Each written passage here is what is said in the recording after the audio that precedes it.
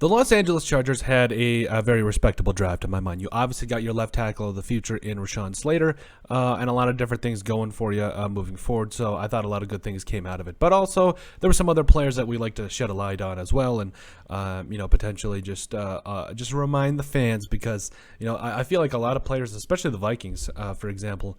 A lot of fans forget about those later round guys that go in on special teams that make a difference and deserve a lot of credit. And I definitely think that that's something fans also need to remember as well as they look at their favorite team. So let's go right into these draft grades for the Los Angeles Chargers. In the first round, obviously they selected Rashawn Slater, tackle out of Northwestern. Played in 16 games, started all 16 as well. Played over 1,100 snaps, had 6 penalties and 4 sacks. This is an A for me. I think he had a really good over an 80 PFF grade as well. He's just a stud.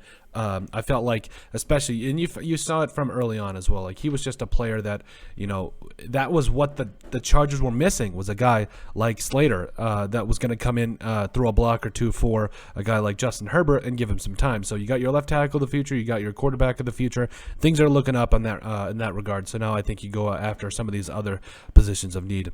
In the second round, number 47 overall, the Chargers selected Asante Samuel Jr. Asante Samuel, the former Eagle that was amazing. Corner out of Florida State was his son, 12 games, 12 starts, 43 total tackles, 2 picks, 11 interceptions, 2 interceptions, 11 passes defensed. That is an A in my mind. You got a guy that's going to be, obviously when he gets back, I believe it was injury, if I'm not mistaken, a guy that when he gets back from that, I think he's going to be a really good player. Gave this one an A because I felt like he was a stud, and I felt like moving forward, again, it's turned into a passer get the passer league, and defend against the passer type league. So defensive lineman, corner, also you get your franchise quarterback. I feel like they have really crossed off a lot of those boxes. So I think the Chargers are in a good spot here moving forward. In the third round, number 77 overall, the Chargers selected Josh Palmer, wide receiver out of Tennessee.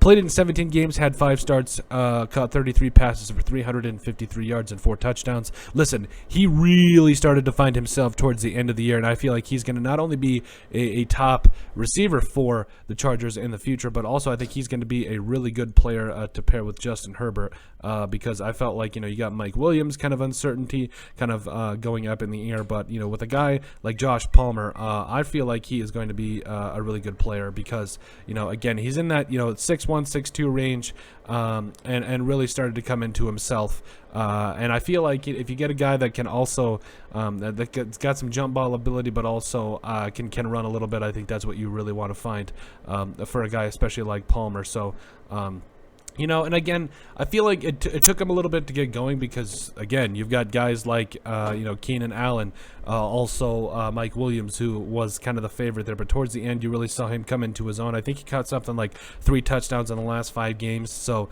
including, I want to say, off the top of my head, he caught a touchdown against the Raiders, the Texans, and the Giants towards the end of the year. So, really came into his own, and I think moving forward, he's going to be a really big player for the Chargers. Still in the third round, the Chargers selected Trey McKitty, tight end out of Georgia, 97th overall. Caught 6 passes for 45 yards. I think you could see him really have a bigger year next year, especially with Jared Cook. He's a good tight end, but I think he's kind of aging out to a degree. So I gave this pick a C+ because I really feel like he's going to get more of an opportunity, but I would really like to see the Chargers put more stock into that tight end of the future. In the fourth round, the Chargers selected Chris Rumph, defense or outside linebacker, out of Duke.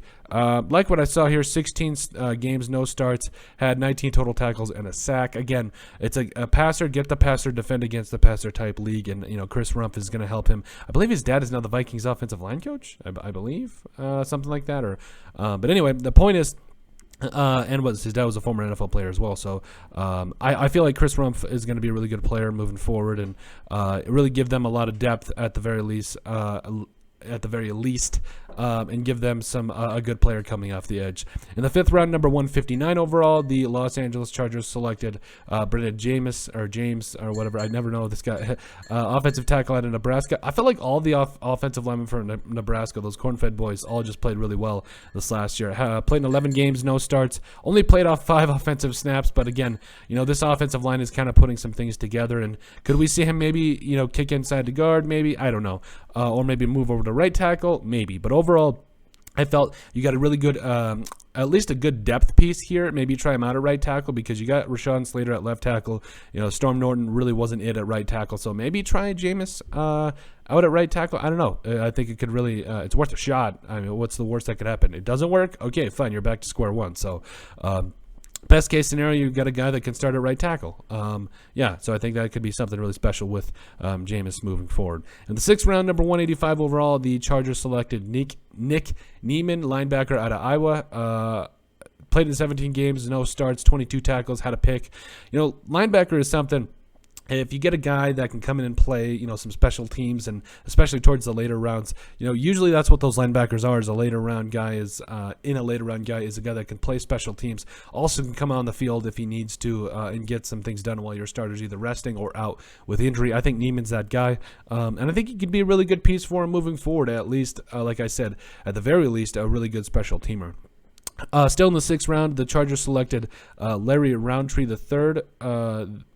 There's supposed to be a D in there? I don't know. It doesn't matter. 198 overall, running back out of Missouri. Had 86 total yards. I think he scored his touchdown against the Vikings, too. That hurts. But overall, C+ here. Again, quality running back in the 7th round or in the 6th round here that, you find guys that just provide value and do a lot for you. So, again, you always got guys like Austin Eckler and all those boys in the backfield already. But at the very least, you got a corner or good Lord, Colton. You got a running back that can come out and play for you. And like we've seen in the past, these last couple of years, guys like Elijah Mitchell, and even a lot of other players that really have come out. James Robinson was undrafted. So there's a lot of really good players moving forward that I feel like could, especially at the running back position, have shown, especially later round picks, that can be really big focal points of NFL offenses. In the 7th round, the Chargers selected Mark Webb, safety out of Georgia, 241st overall. 7 games, no starts, had a total of 3 tackles. Again, special teamer guy, depth piece, and